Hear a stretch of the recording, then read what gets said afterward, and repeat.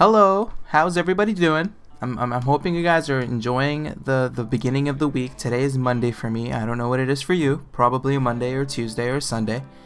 But we are going to go ahead and cast another StarCraft 2 Heart of the Swarm beta replay. Thank you for joining me. I've been getting some pretty good feedback on my YouTube channel. A lot of people are enjoying the casts, kind of, finding out my style in StarCraft 2 casting, which seems to be pretty good. I mean, I'm getting a lot of good feedback, nothing negative so far. Let me go ahead and cross my fingers. No negative feedback, please. But anyway, guys, we are going to go ahead and focus on this game, which is going to be a Zerg versus Terran. Let's go ahead and introduce our players. We have in the upper right side, spawning in as the red Zerg, we have Liquid Zenio.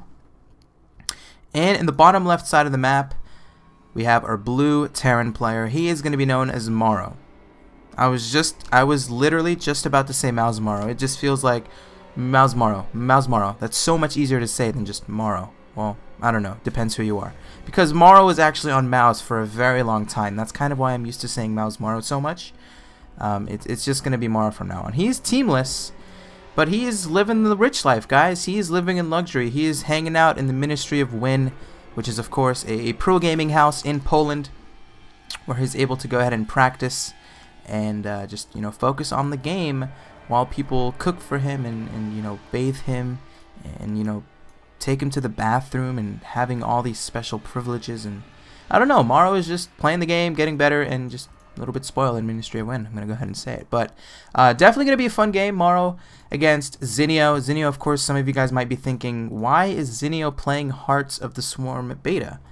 He is on Team Liquid. Shouldn't he be playing on the Korean ladder? Well, of course, guys, Zenio is definitely a Korean Zerg player that is very strong, living in Korea, obviously, practicing in the Liquid.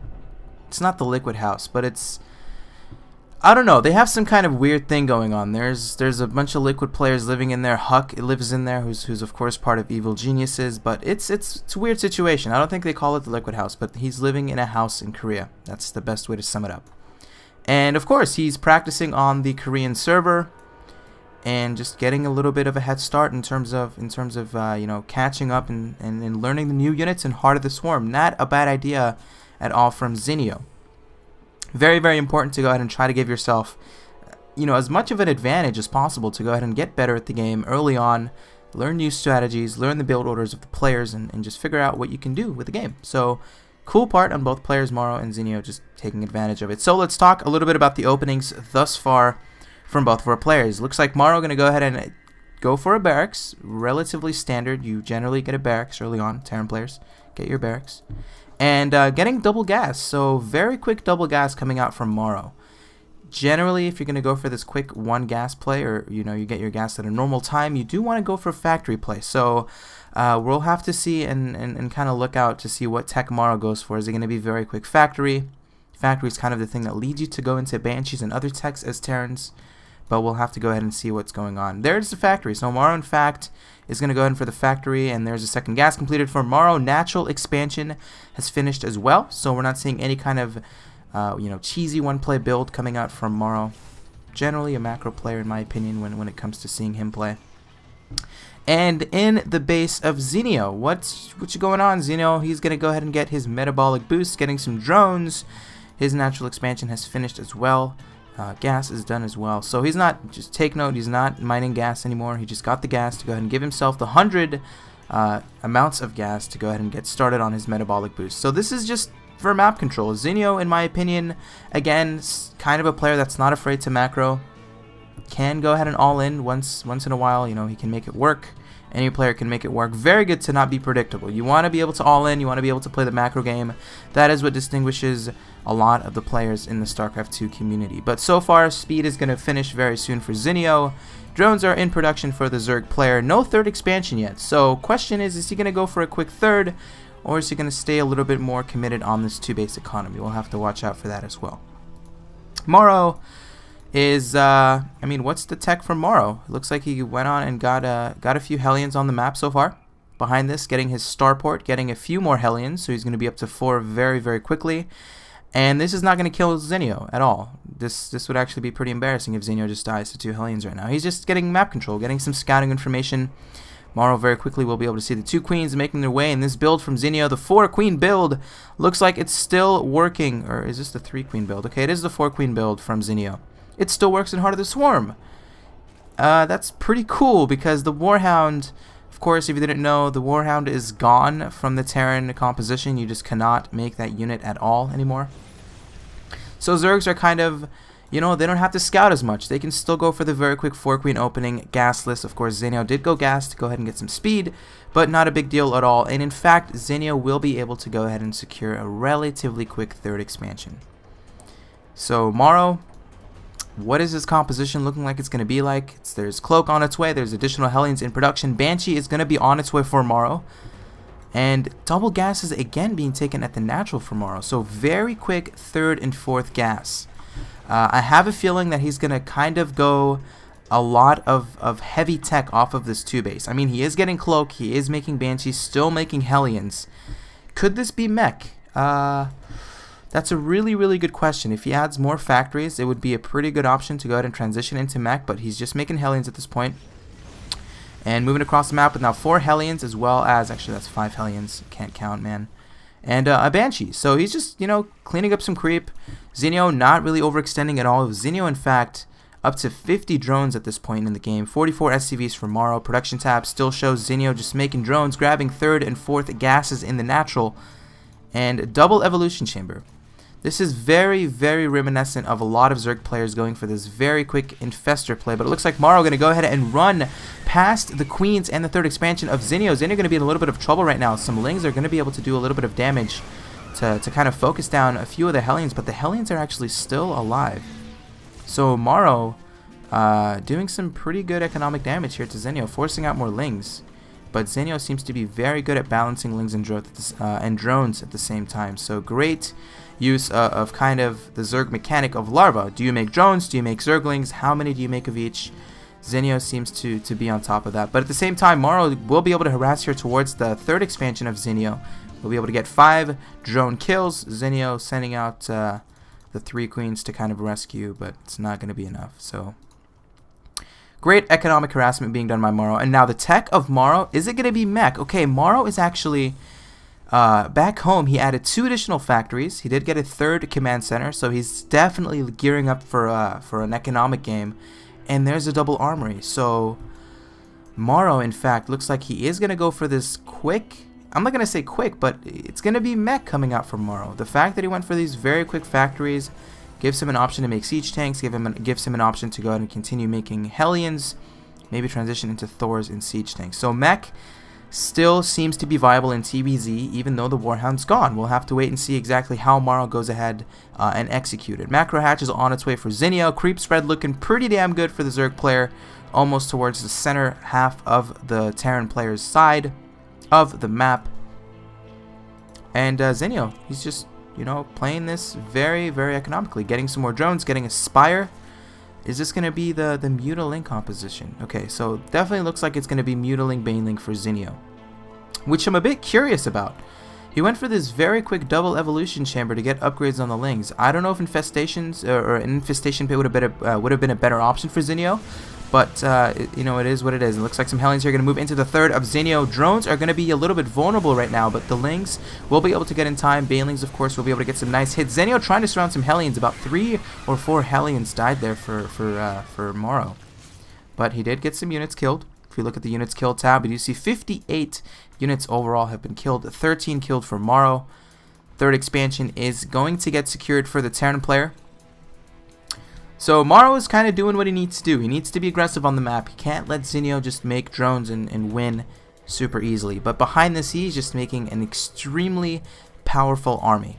Making some siege tanks and making some Hellions, getting some Vikings, mixing in some Thors now. He does have about 2, maybe even 3 Thors on the map. Let's look at the units tab very quickly. He has 2 Thors. So MorroW building up a very powerful army indeed. And this Muta transition against mech is not so good. You cannot really go mutas against mech. Thors absolutely murder mutalisks when they're in high numbers, or just even 2 Thors. If you're just like sending in your mutas and they're completely, you know, botched up, they're just gonna die. So I don't know if Zenio knows that his opponent's going for mech, but he's making mutas and he's still making more mutas. Infestation Pit's on its way, so he might in fact go ahead and transition off of this mutalisk play. As we see some banshees just, you know, moving across the map. Mutas are going to be on the map right now for Zenio. Banshee going to be killed by the mutas, so not a big deal at all for Zenio. 136 supply for the Zerg, 143 supply for MorroW. MorroW with this mech play, of course, you're going to have a lot of minerals, so he's just expanding all over the place. Taking a fourth very quickly again is going to be MorroW. In fact, it's going to be a planetary fortress. Great decision there for MorroW to go ahead and get that up. It can be a little bit hard to defend this area as well as this area when you have some kind of counterattacks going on. But let's see what these mutas of Zenio are going to do. They're just going to go ahead and try to make their way into the fourth. 12 mutas on the map right now for Zenio. 91 drones, so that's a pretty good number to go ahead and stop at for Zenio to kind of, you know, get some units on the map. And Viking going to get killed for MorroW. Not a big deal at all, but MorroW supply 150, 163 for Zenio. Good amount of Thors on the map right now for MorroW. Is he going to go ahead and prepare for a push? Maybe he's going to try to hit a timing before the Broodlord tech comes out, and that's what you have to do in Terran versus Zerg. You need to be able to time out your pushes. If you're going to take a third and if you're going to take a fourth, you want to go ahead and you know, hit a timing before Broodlords, because that's generally when the Zerg is the weakest. You want to be able to hit so they don't have a lot of units so they can die, right? You don't want to be hitting against 20 Broodlords or else you're going to die. And then transition to Vikings, maybe a little bit too late.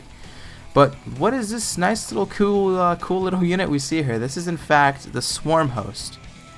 And the Swarm Host is a really good addition to Zerg. They're able to kind of use it offensively or defensively, kind of, you know, to posture your opponent to attack into it and you know, just swarm it with a whole bunch of locusts, which is of course what comes out of the Swarm Host. But MorroW scans, sees what's going on right now. Zenio, meanwhile, we'll be able to kill a few units as we see more locusts coming out. Of course, the locusts just continue spawning. They don't really cost anything. You just pay for whatever the Swarm Host costs, and the locusts are just continuing to come out. So really cool positioning for the locusts, or for the Swarm Host here for Zenio. And Zenio might go for a little bit of a counterattack. Lings are going to go ahead and move their way into that natural expansion of MorroW. That's going to go ahead and get cleaned up. A few SCVs are going to die in that trade. Is Zenio just you know, sending some Lings? That's not really a bad idea. And behind this, just making Vipers, getting a Greater Spire. So Zenio is teching very, very aggressively behind this. Greater Spire is actually just getting started. Vipers, of course, are another new cool unit for the Zerg player that can use. It basically just grabs and pulls whatever unit they want back, and you can just pretty much target it down, which is called Abduct. That's the name of the ability. But MorroW might have a little bit too many units here for Zenio to kind of do anything, and this is the timing exactly. This is exactly the timing I'm talking about. MorroW, if he hits, he is going to have a very powerful army. Let's look at the units tab. There is 6 Thors, 9 Siege Tanks, 4 Vikings, and a Raven against Mutas and Lings and Banelings, and 103 drones. Zenio going up to a lot of Harvesters in this game. And he needs to buy himself as much time, and MorroW is hitting a sick timing. This is a lot of units to be able to deal with for Zenio. Zenio might want to just attack into it, but looks like Baneling's going to go ahead and move in, not going to do anything. Siege Tanks, in fact, completely kill all of the Banelings, as Zenio is going to go ahead and try to Magic Box these stores. Not going to be enough, though.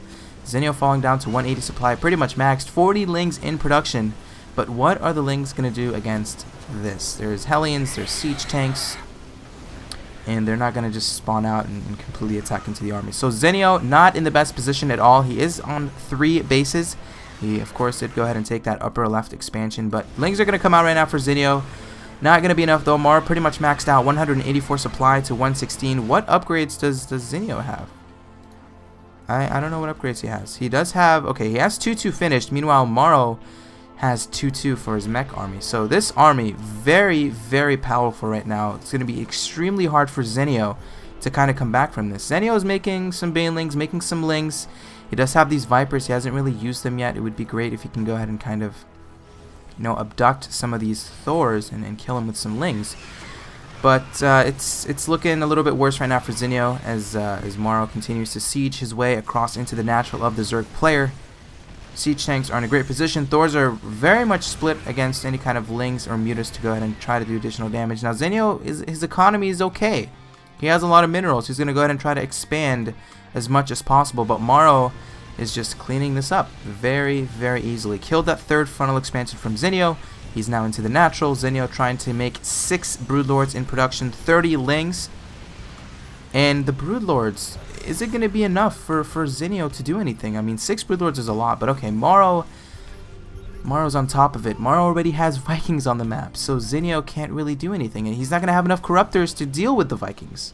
There's the Broodlords, and there's the Vikings, so MorroW will be able to clean up all of these Broodlords. We'll see some Lings and Banelings try to move again into the main army composition of MorroW. MorroW splitting siege tanks and splitting Thors against Lings and Banelings. Great use of, I guess, microing mech. I don't know. Can you even do that? Can you like split siege tanks and Thors? I don't think so, but we just saw that from MorroW. So yeah, and that's gonna be the game. So MorroW playing a pretty cool TVZ mech style against Zenio. Zenio unfortunately did not have enough time to tech towards Broodlords. I love the idea of getting Swarm Host, trying to buy yourself as much time by getting your opponent to deal with the Locusts for a very long time, but just was not enough. MorroW pushed with Siege Tanks, Thors, and even Vikings were there right when the Broodlords morphed. So overall, a very cool game by MorroW. Wow. By MorroW. And of course, guys, if you like the cast, please do follow me on Twitter at Quantic Promise. Follow MorroW. His Twitter is at ICA MorroW. Once again, that's at ICA MorroW. And follow Liquid Zenio at Liquid Zenio. And that's going to be it for this cast. Hope you guys tune in to the next cast. I'll see you guys next time. Peace.